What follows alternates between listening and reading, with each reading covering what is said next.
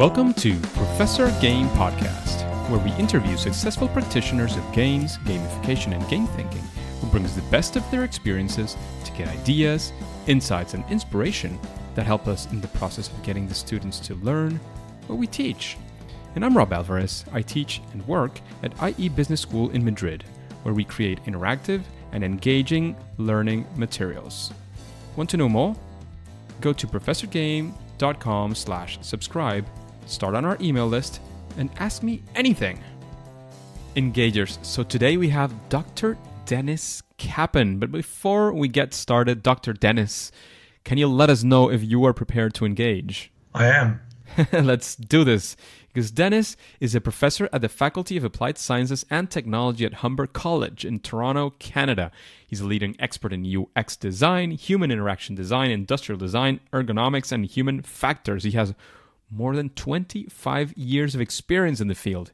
His recent doctorate in 2017 in computer science from the University of Ontario, Canada, focused on assistive technology, older adults, and the use of gameful technology. His dissertation, Adaptive Engagement for Older Adults Through Gamification, was in the research and design of assistive technologies utilizing gamification strategies, facilitating physical activity among older adults. Through motivational affordances and gameful technology, his gamification framework called the Kaleidoscope of Effective Gamification has been pretty well received by academia and researchers as a tool that provides step-by-step methodology for designing gamification applications. And we will get into details about that, Dennis, in a while. But before we get started, is there anything that we missed out on that interview that perhaps we should know? No, that is a perfectly thankful introduction. Thank you so much, Thanks to you for being with us today, Dennis, because we know professors, Ph.Ds are, as many of us as well, very busy people. And we were talking in the pre-chat about the conferences you're going to, which ones you decide to go, which ones you don't go, which makes sense. You have to choose, and saying yes to one thing is saying no to other things. So that's an important strategy when deciding what are the things that you're going to do. So Dennis, we've been talking about what you've been doing, what's your experience, but what does a regular day or a regular week with Dennis look like? I think that's a very interesting question because it is quite a hectic experience for me because I wear many hats like that of a professor, a researcher, and that of a consultant in no specific order. So I teach in the Bachelor of Industrial Design program. So I have about 40 students in my capstone research class where I co-teach and I mentor these students through the process of design, to the process of problem finding, identification, and design solutions. So there's meetings with these students. I teach a full load of courses, which in Canada means you're a full-time professor. So I teach almost close to 4 to 5 hours a day. Luckily, it's wow, that's a lot of hours. Yes, and it tends to luckily be focused on 4 days a week. And in a day, I have to meet with students and also try and appraise them about their different strategies, and also have to meet with faculty members, sometimes also look at potential research projects and consulting projects. And then nowadays, as usual, it is so important to catch up on your writing and also your social media activities, which it can be quite draining, Absolutely. So, but all things said and done, it's good to be busy. I was talking, I just came back from a conference, and I'm trying to remember who it was I was talking with, that we were talking about the whole thing that we're like constantly super busy in these days. I don't know if it's just me, but I think there's some sort of a trend in the world for us humans to be busy all the time and having a lot of things on our plates. Don't you feel that way, Dennis? I think it is so true because we are so wired with technology now, and there used to be a time when you wake up in the morning and you go to the washroom, but nowadays you wake up in the morning and the first thing you reach for is your phone, and suddenly you are connected to the entire world. Unfortunately, like it's becoming so connected, which can also be a bad thing. Yeah, a bit too much. a bit too much, you know. Yeah. Yeah, I'm trying for my tech hygiene to drop the telephone outside of my bedroom where me and my wife, and Yeah. we both do try to do that. And in the morning, I try to go for the washroom before and a glass of water before grabbing the phone. I know it is really amazing that I think I was into trying to do a social media cleansing for myself, you know, just so that I can keep away from this unfortunately necessary marketing activity. That's true. That's true. Dennis, I know that you're doing a bunch of amazing things right now, but our audience likes to know about the amazing things that you do, but also of a time when it didn't go as well as perhaps you expected. What we would like to call a fail or a first attempt in learning, because it's not just about the times you get it right, but it's about the times you don't get it right as well that we learn a lot. Do you have an experience that you would like to call your favorite failure so that we can get more into this topic? Is there such a story that you can tell us today? Yeah, it's perfect because I think there were many failures, and in my mind, these are the building blocks to success. Uh, all I think about is that one needs to persist and persevere and learn from failures to succeed, you know, which makes the achievement worthwhile. So basically, at the core, I'm an industrial designer, and I was luckily introduced to gamification by Dr. Leonard Nake, one of my two PhD supervisors, and who has been an inspiring proponent of gamification and who was in your prior Professor Game podcast. Yes, indeed. You know, and so this was the time when I was into my initial research of designing affordances for older adults' physical activity, and that direction seemed to clear up through a haze of confusion, you know. So finally, one of the major failures was, or I should say an epic fail, was when I was working on this physical activity gamification app in this domain towards the second year of my PhD. So we had done a few focus group sessions with older adults in the age range of 50 to 65 and 65 plus. We had talked to physical trainers, and then we finally built a physical activity set of quests and had this app in a sort of a wireframe mode in the phase of pilot testing with a few participants.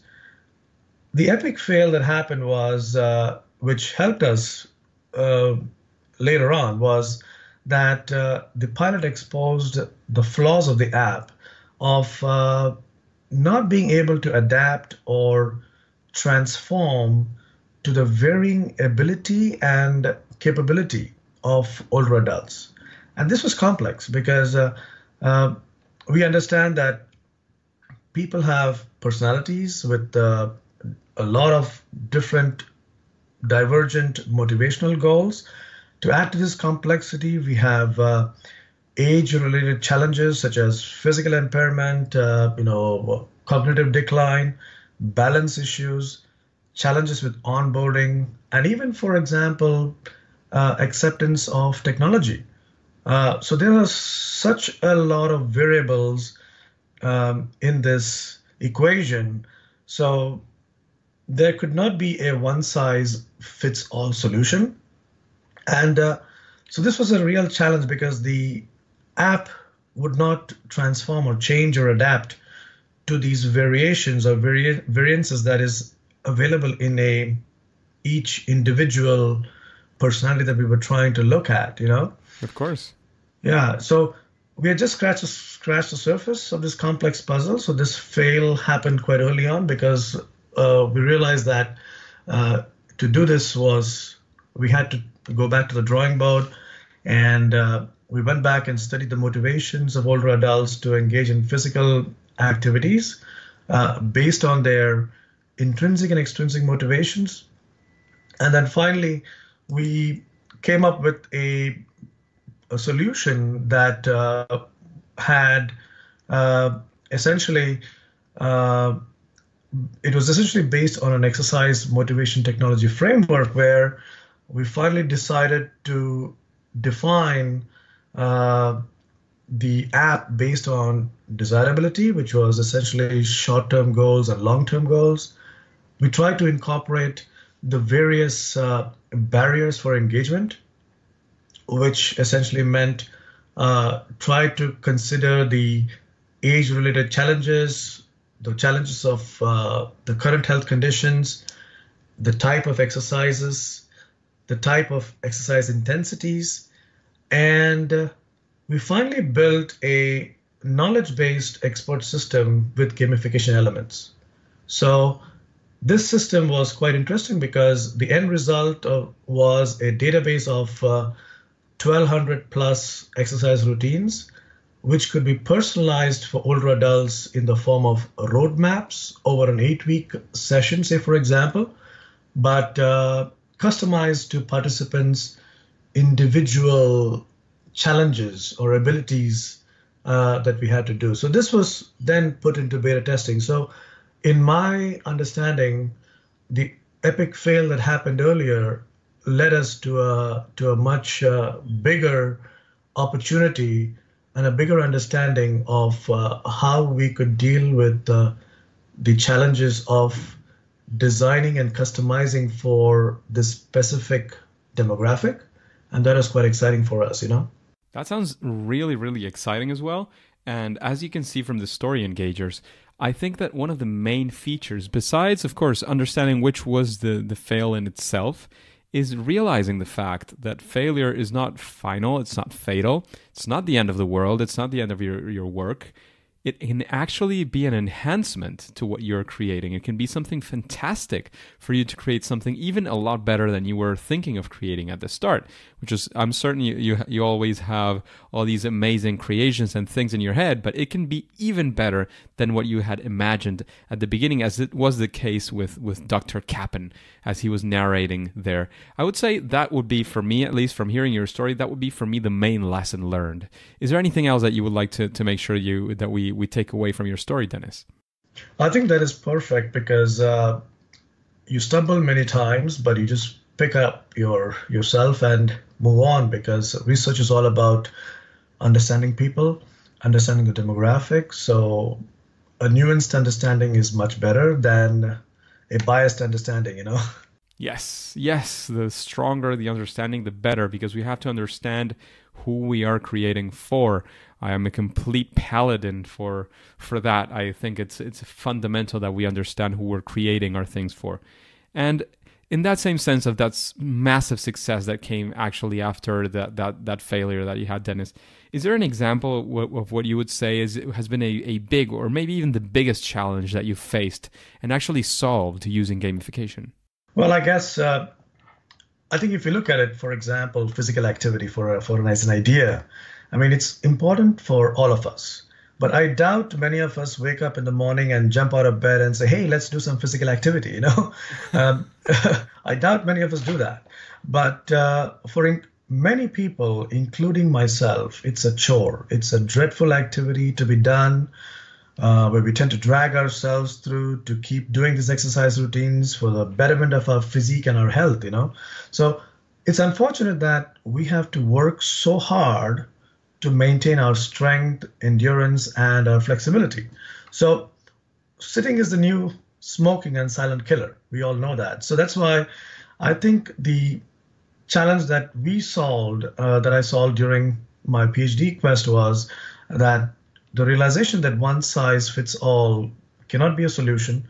And the way we used the methods was to build on and define what I mentioned earlier, the exercise motivation technology framework, which is a tool which combined desirability, or in simple terms, motivation, customization, or you can say the ability differentiation possibilities, and lastly, the affordances or gamification elements of how we could engage and experience this element of feeling motivated to do physical activity, you know, do these things so that it doesn't feel like a chore. It doesn't feel like, oh, it's dreadful. Let's not do this, you know, because our research showed us that in the course of our journey, many people don't even want to even get out of bed. You know, the very fact that the idea of getting up and doing something is also challenging. And that's why we thought of differentiating the aspects of motivation into short-term goals and long-term goals so that you have smaller ideas or smaller what you call steps that you can conquer so that it can lead to a bigger milestone for you in later to enhance your health and wellness aspect of your being, you know?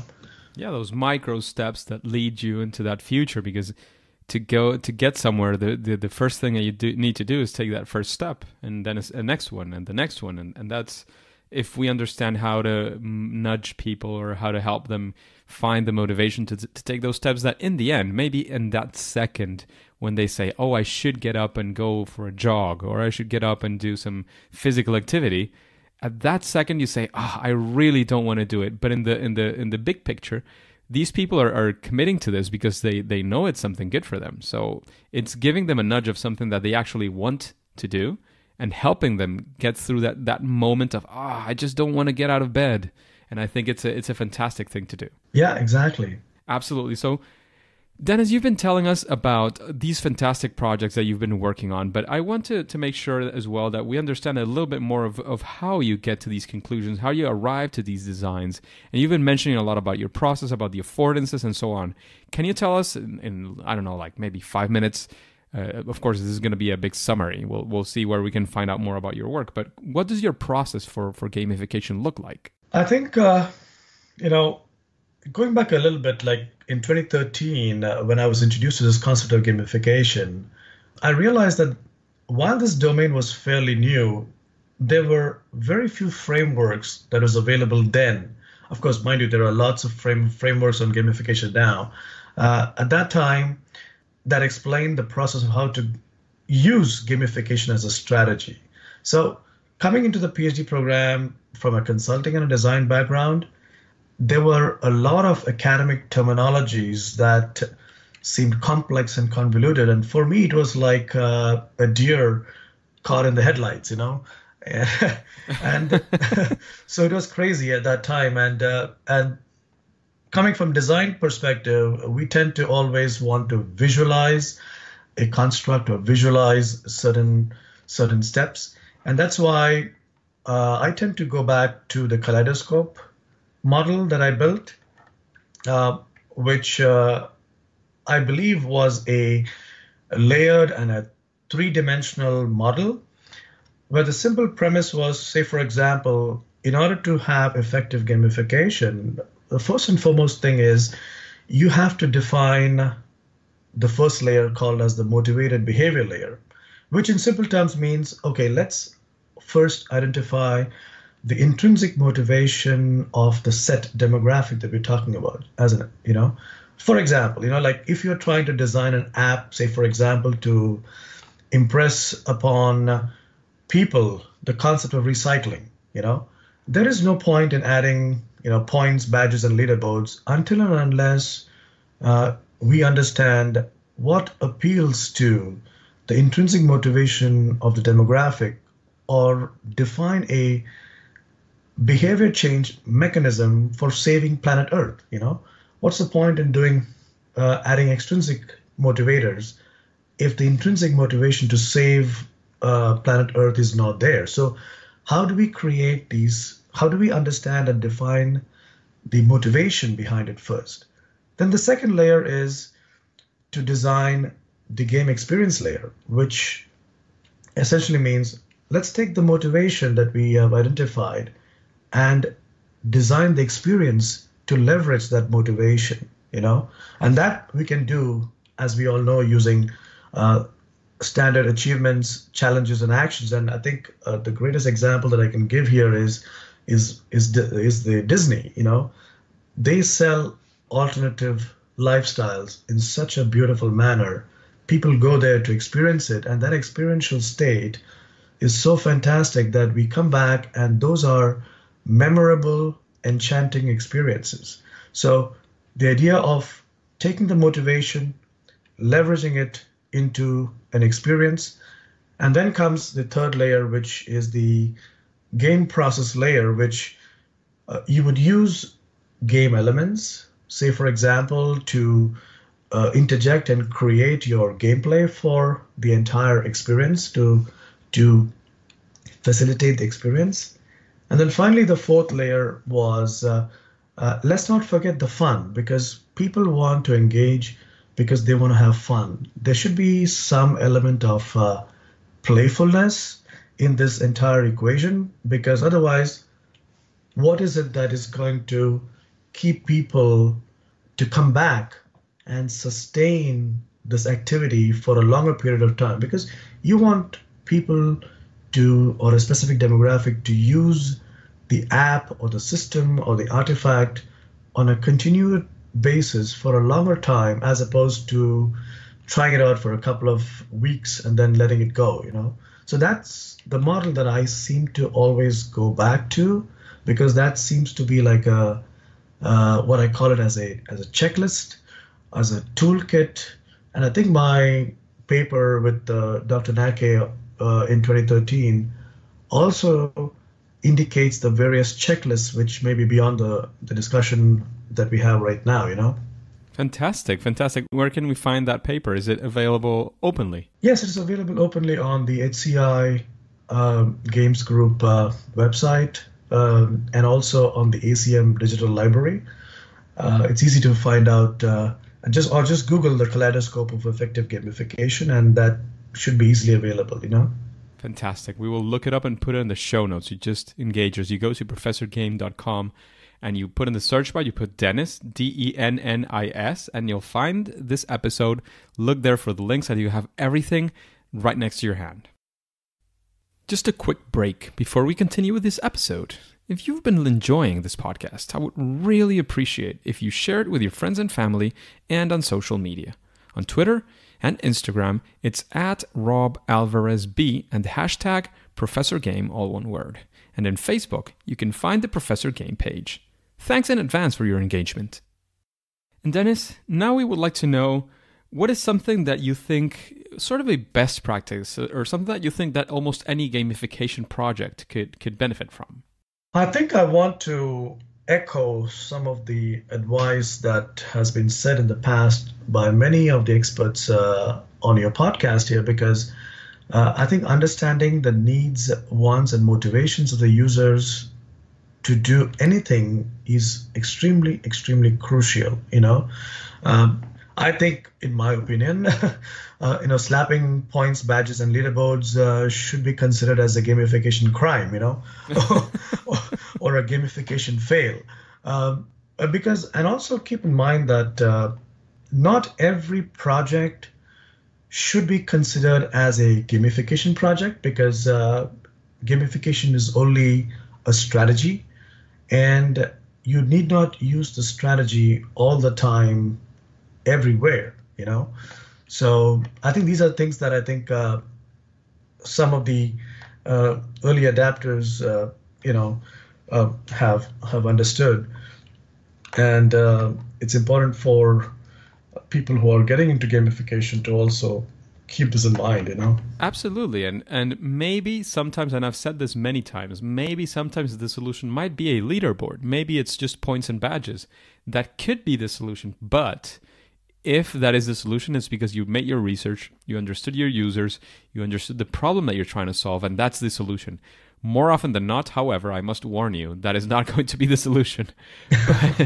but I'm not saying it's impossible. I'm not saying it won't be part of the mix. But bear in mind that gamification is not just that. And I think that's a fundamental point that you're making, Dennis. Thank you. So, Dennis, what would you say is your favorite game? Frankly, I do not consider myself as an avid gamer. However, when I say avid gamer, it means I do not spend 8 to 10 hours playing games, because I don't have that much of time to play games. However, I've always enjoyed the Zelda series and the Forza series of games. In terms of like the challenges and the pursuit and all those things. So that was quite exciting.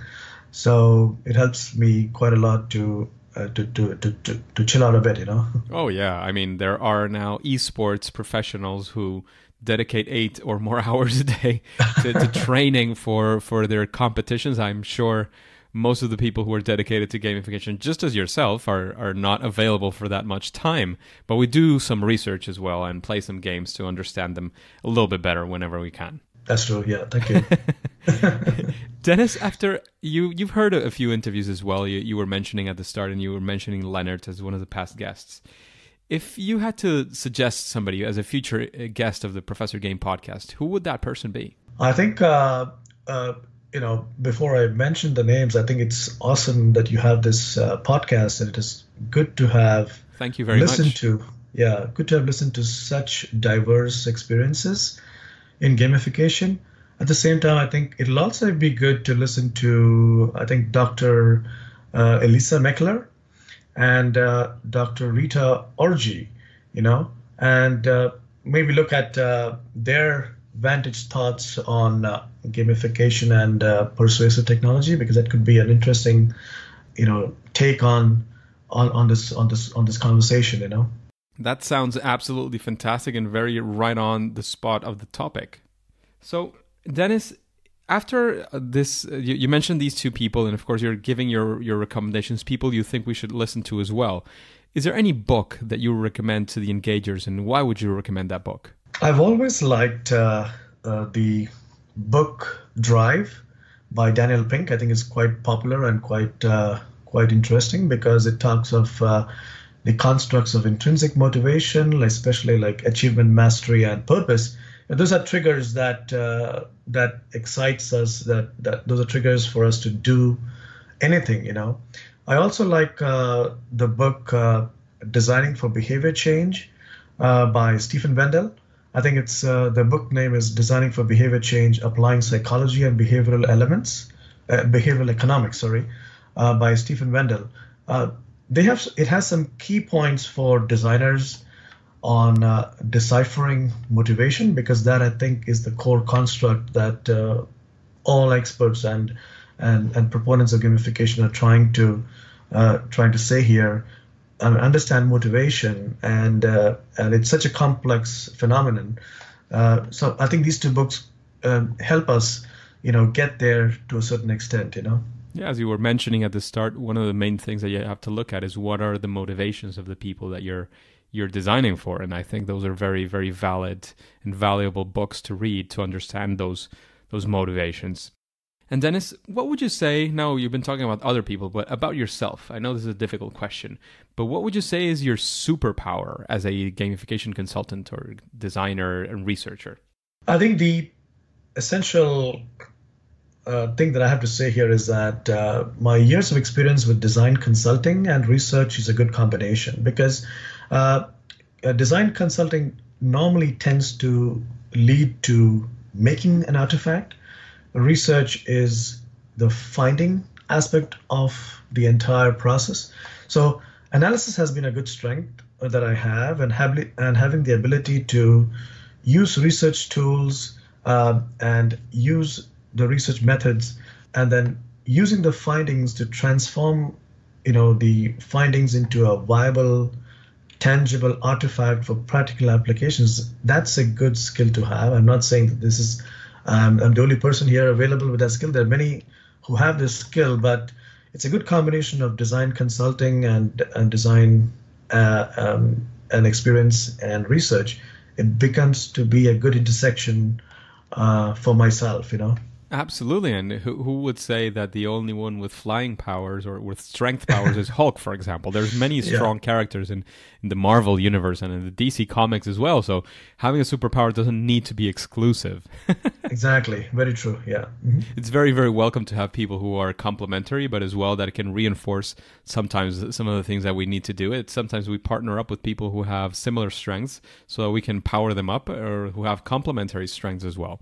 And that's fantastic. That's a great superpower, actually. I think it's a lot of experience that can come from different places as well, and that can help you very much in that path. Fantastic, yeah. Mm-hmm. So Dennis, now we're going into the slightly gamified sort of random question that we have in the podcast. So this person right here, this person is asking, is it better to focus on video games, board games, sports games, or other types of games to learn from mechanics to apply and get inspiration? What do you think of this? I think that's a great question because each of these different genres have a different gameplay element in this entire picture.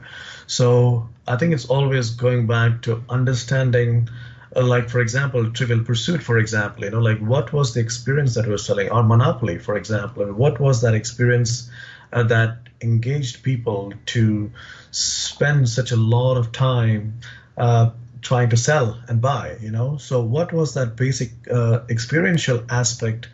And in that gameplay is what excites me. And so this question is on point because there is no one right formula. And I don't think there's a formula that exists. So each of these genres can help us learn different strategies.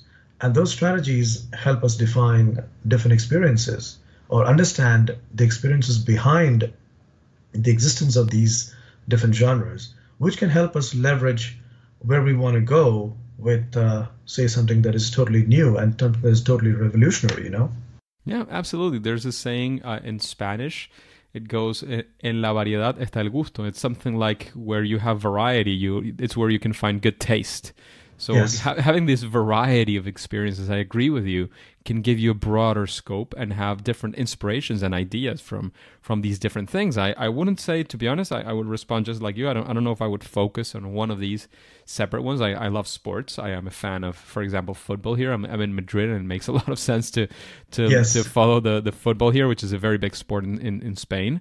I play video games. I have board games at home. I have card games at home as well, and I play all of these, and I like to learn different things from all of them and different mechanics and different things that I can maybe later apply. I can analyze how I'm being motivated by these things and then try to apply it into my own designs and my own work or my own suggestions I can give to friends and consulting projects. So I think that's a fantastic answer. Thank you very much, Dennis. And now, I know it's hard to believe, but we're running out of time, Dennis. It's almost over for the interview, but I wouldn't like to let you go before you tell us where can we find more about you, where we can find more about your work, social media, webpage, whatever you want to let us know of. Give us maybe some final piece of advice, and then we'll say that it's game over for now. Sure. I mean, I can easily be sought out on the internet via Twitter at 3D_ideation. And the second Twitter handle I have is gamefulplayx. And I have a couple of websites, which is 3dideation, nospace.com, and gamefulplay.ca, Fantastic. Those are great places to find you. Is there any final piece of advice you would like to leave the engagers with? No, it's just I'm so happy to have been invited to be on the show. Thank you so much, Rob. I'm happy to be here. Happy to have had you as well. I think we brought a lot of learning and advice for the engagers. I'm sure they will find it's a lot of value. So again, thanks to you. But now it's time to say that it's game over. Thank you. Hey engagers, thank you for listening to Professor Game Podcast, and I hope you enjoyed this interview with Dennis. Do you have any questions that you would like to ask future guests? Then go to professorgame.com/question and ask your question. If it is selected, it will also come up in a future episode and you'll get your answer live. And before you go on to your next mission, would you like to know how Kirsten got started in gamification? Then subscribe using your favorite podcast app and listen to the next episode of Professor Game. See you there.